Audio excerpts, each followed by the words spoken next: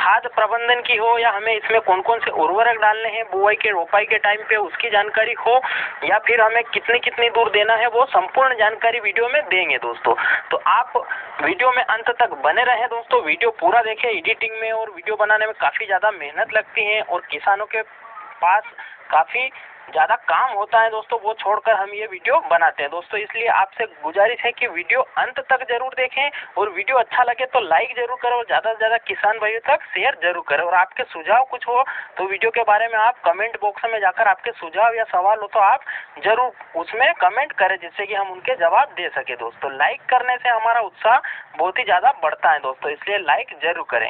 और आपने अभी तक हमारे चैनल को सब्सक्राइब नहीं किया है तो आपसे अनुरोध है दोस्तों कि आप चैनल को सब्सक्राइब करके पास में लगा बेल आइकन जरूर दबा दें, जिससे कि आप तक खेती से संबंधित, चाहे वो सोयाबीन की खेती हो या प्याज की खेती हो, खरीफ प्याज की खेती हो या जो रबी प्याज का भंडारण कर रखा है उसकी जानकारी हो, सभी जानकारियां, मंडी भाव से संबंधित सभी जानकारियां आप तक जल्दी से जल्दी पहुंच जाए दोस्तों, बिना किसी रुकावट के पहुंच जाए। इसलिए आप सब्सक्राइब करके बेल आइकन जरूर दबा दें दोस्तों।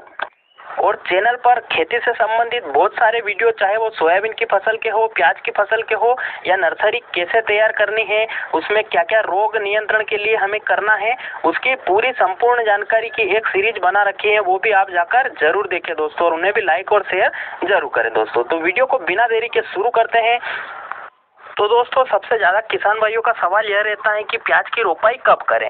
तो आपकी प्याज की नर्सरी लगभग 45 से 50 दिन या 55 दिन की हो चुकी होगी, तब वह रेडी हो चुकी है कि हम अब दूसरी जगह उसे चौपाई या रोपाई कर सकते हैं दोस्तों। अगर वो हल्की है तो आप 1-2 दिन आगे पीछे या 5-4 दिन आगे पीछे कर उसमें जो बताए गए ट्रीटमेंट है वो कर उसे जल्दी भी तैयार कर सकते हैं दोस्तों। तो आप लगभग मान सकते हैं कि 50 दिन के आसपास आपको प्याज की रोपाई कर देना है। ज़्यादा लेट भी नहीं करना है और ज़्यादा जल्दी भी नहीं करना है। वो रोपाई के लायक हो जाएगी तो अच्छे से उखड़ने लग जाएगी, फिर आपको उसको रिप्लांट कर देना है।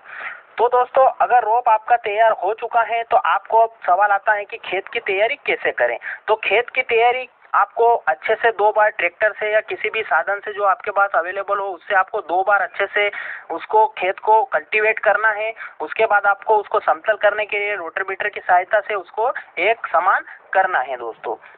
उसके बाद आपके पास 2 विकल्प आते हैं कि आप प्याज की रोपाई बेड पर करना चाहते हो या क्यारियों में करना चाहते हो। अगर आपके पेज में प्याज का खेत जो आपने सिलेक्ट किया उसमें अगर पानी भराने की समस्या आती है तो आप उसको बेड के ऊपर भी रोपाई कर सकते हो, और अगर आपका खेत ढलान पर है तो आप क्यारियों में भी कर सकते हो दोस्तों। दोनों ऑप्शन है, तो आपको इन दोनों ऑप्शन में से एक को चुनकर आपको उस हिसाब से खेत को तैयार करना है। अगर आप बेड पर लगाने वाले हो तो आपको बेड बनानी है, और अगर क्यारियों पर करने वाले हो तो क्यारियां बनाकर तैयार करके रख देनी है दोस्तों। बारिश का मौसम है इसलिए आप उसे थोड़ा जल्दी भी 8 से 10 दिन पहले भी तैयार करके रख सकते हो दोस्तों। और अगर बारिश नहीं आती है तो आप उसे हाथों हाथ भी कर सकते हो। अगर आपने तैयार करके रख दिया है खेत, उसके बाद अगर बारिश गिर जाती है तो आपको उसमें जो क्यारियां बनाई है उसको डबल से जो बखर होती है अपनी बेलों की या ऐसा कुछ यंत्र से उसको वापस से खुरपना होगा दोस्तों, जिससे कि उसमें जो घास उगी होगी वो भी खत्म हो जाएगी और खेत वापस से आपका जो होगा मुलायम और भुरभुरा हो जाएगा, जिसमें कि प्याज की रोपाई अच्छे से आप कर सकते हो दोस्तों। तो आपको ये काम करना है। अब आपकी नर्सरी भी तैयार है और खेत भी तैयार है। अब इसमें आपको कौन कौन सा खाद डालना है अगर उसकी बात करें तो दोस्तों अगर आप जैविक खेती करना चाहते हो तो आप यहाँ पर गोबर की खाद का अच्छे से प्रयोग कर सकते हो। अगर आपके पास अच्छी सड़ी हुई गोबर की खाद है, बिना कचरे वाली है और अच्छी सड़ी हुई है, तो उसको आप उपयोग कर सकते हो दोस्तों। बिल्कुल सड़ी हुई खाद का ही उपयोग आपको करना है दोस्तों।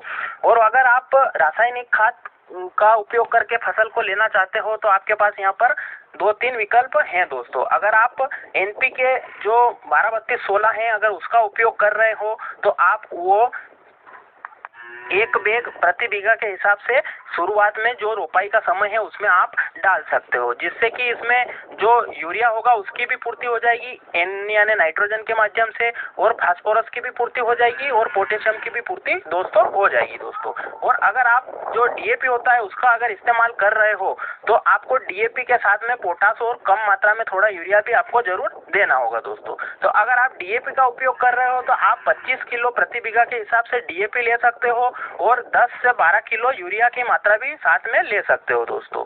और जो 25 किलो है वह आप पोटास ले सकते हो दोस्तों। इन सभी खादों का क्या क्या महत्व है वह जानकारी भी हमने एक वीडियो में दे रखी है और आगे भी देते रहेंगे दोस्तों। तो ये हो गया खाद प्रबंधन। आपको यह खाद में यह सावधानी रखनी है कि आपको रोपाई कर रहे हो उसके थोड़ी देर पहले ही इसको देना है, ज्यादा पहले से नहीं देना है, नहीं तो अगर धूप वूप निकलेगी और ज्यादा बारिश होती है तो इसका धुलने का और धूप में खराब होने का खतरा भी रहता है दोस्तों। तो इसको आपको रोपाई के थोड़ा पहले ही डालना है और बाद में रोपाई में वो जब हम करेंगे तो उसमें कल्टीवेट भी होकर खेत में ही मिल जाएगा दोस्तों और पौधे अच्छे से लग जाएगा दोस्तों। ये तो बात हो गई दोस्तों खाद प्रबंधन की या उर्वरक प्रबंधन की।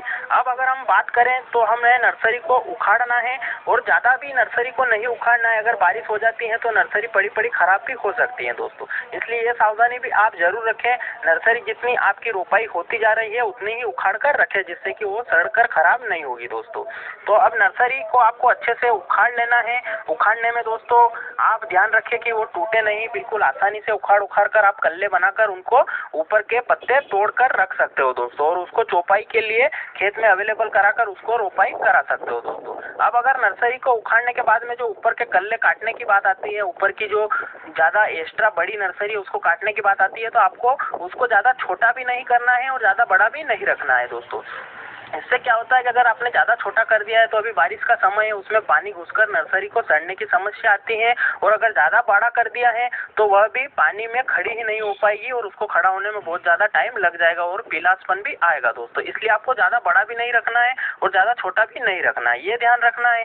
उसके बाद बात आती है दोस्तों फफूंद जनित रोगों से बचाने के लिए हम नर्सरी को कैसे उपचारित करें दोस्तों। तो आपको जो मैंकोजेब प्लस कार्बेंडाजिम का जो टेक्निकल आता है जो कि यूपीएल के साथ में भी मिल जाता है और अन्य कोई आप टेक्निकल भी ले सकते हो, हमारा किसी कंपनी से कोई लेना देना नहीं है। तो आप वह लेकर उसका घोल बनाकर एक जो अपनी प्लास्टिक का टब होता है उसमें घोल बनाकर नर्सरी की जड़े डुबाकर आपको थोड़ी देर रखकर बाहर निकाल कर रखते जाना है दोस्तों। तो उससे वो उपचारित हो जाएगी और उसमें फफूंद जनित रोग नहीं लगेंगे और आपकी नर्सरी भविष्य में कभी भी ज्यादा पानी गिरने पर भी उसमें फफूंद जनित रोग नहीं लगेंगे और पीलापन का शिकार नहीं होगी दोस्तों। तो आप ये कर उसे लगा सकते हैं। अब सवाल आता है कि आपको उसको कितनी दूरी पर लगाना है दोस्तों। तो आपको दूरी का ध्यान ऐसे रखना है दोस्तों कि उसको जो पौधे से पौधे की दूरी है वह 4 से 5 इंच दूर रखना है दोस्तों और जो लाइन से लाइन की दूरी है उसको कम से कम 5 से 6 इंच दूरी रखना है दोस्तों, जिससे कि प्याज ज्यादा बड़ा साइज का भी नहीं बनेगा और ज्यादा छोटा भी नहीं बनेगा दोस्तों और सारे प्याज एक समान आकार के बनेंगे दोस्तों, जिससे कि उसकी क्वालिटी बेहतर दिखेगी, उसमें पर्दा अच्छा मजबूत बनेगा और उसमें भोजन ग्रहण करने की क्षमता अच्छी रहेगी दोस्तों। अगर हम ज़्यादा पास में भी प्याज लगा देते हैं तो उसका उत्पादन भी कम आता है और ज़्यादा दूर लगा देते हैं तो वह भी उत्पादन कम आता है दोस्तों। इसलिए एक साइज का प्याज बनाने के लिए आप इस बात का ध्यान जरूर रखें दोस्तों। तो प्याज की नर्सरी को लगाने के बाद में उसको अच्छे से दबा देना है जिससे कि बारिश होने पर वो एकदम से धुल के नहीं जाए दोस्तों, वहीं पर टिकी रहे, इस बात का ध्यान रखना है। अब चौपाई भी हो गई है, उसके बाद हमें ध्यान रखना है कि जैसे ही चौपाई होती है उसके बाद हमें उसमें अगर बारिश नहीं हो रही है तो नर्सरी जो हमने रोपाई करी है उस प्याज को हमें पानी पिला देना है, जिससे कि हमने जो खाद दिया है, जो पोषक तत्व दिया है वो पौधे को मिल जाए और वो अपनी चाल पकड़ ले दोस्तों। और अगर बारिश हो जाती है तो भी कोई दिक्कत की बात नहीं है, बारिश होने पर भी वो अपने आप ही चल जाएगी। जब बारिश 1-2 दिन में रुक जाए तब आप पानी दे सकते हो दोस्तों। लगातार बारिश गिर रही है तो फिर आपको पानी देने की आवश्यकता नहीं है, वो अपने आप ही खड़ी हो जाएगी और चाल पकड़ लेगी। उसके बाद आपको जब पानी खुलता है तब आपको जरूर पानी उसको पिला देना है दोस्तों। अब इस प्याज की रोपाई वाले खेत में आपको एक विशेष ध्यान रखना है दोस्तों कि कहीं पर पानी अगर भराने जैसा है तो आपको जल निकासी की उचित व्यवस्था जरूर करनी होगी दोस्तों। नहीं तो जहाँ पर लगातार पानी भरा हुआ रहेगा, बारिश का हो या अपन ने पिलाया वह पानी अगर लगातार भरा हुआ रहेगा तो आपकी नर्सरी वहाँ पर जो पीलापन में आकर सूखने लग जाएगी और वहाँ पर रोग लग जाएंगे और वो रोग धीरे धीरे पूरे खेत में भी फैल जाता है दोस्तों। इसलिए आपको इस गलती से बचना है और आपको जो खेत में जो जहाँ पर पानी भराने जैसा है वहाँ पर जल निकासी की उचित व्यवस्था जरूर कर देनी है दोस्तों। तो दोस्तों ये प्याज की रोपाई से संबंधित कुछ महत्वपूर्ण जानकारियाँ थी जो हमने आपको दे दी हैं। आशा करते हैं कि आपको वीडियो और दी गई जानकारी अच्छी लगी होगी। अगर अच्छी लगी हो तो इसे ज़्यादा से ज़्यादा लाइक करें और ज़्यादा से ज़्यादा किसान भाइयों तक शेयर करें जिससे वो भी इस जानकारी का लाभ उठा सकें दोस्तों। और आपने कौन सी वेराइटी का प्याज लगाया है, कितने दिन में आप लगाने वाले हो या कितने बीघे का आपने लगाया है वह भी कमेंट करके जरूर बताएं जिससे कि ज़्यादा से ज़्यादा किसान भाई आपकी जानकारी से अवगत हो सके। और आपको हमारा वीडियो कैसा लगा यह भी कमेंट करें। और आपके भी अगर इसके बारे में कुछ सुझाव हो या सवाल हो तो आप उसे भी कमेंट करें, जिससे कि हम उनके जवाब दे सकें, और अगर आपके सुझाव हो तो उनको भी हम ज़्यादा से ज़्यादा किसान भाइयों तक शेयर कर सके दोस्तों। तो आप वो कमेंट में हमें ज़रूर बताने का कष्ट करें, और वीडियो को अंत तक देखने के लिए आपका बहुत बहुत धन्यवाद। फिर मिलते हैं अगले वीडियो में नई जानकारी के साथ, नए पहलू में और नए वीडियो के साथ दोस्तों। तो तब तक के लिए जय हिंद, जय भारत।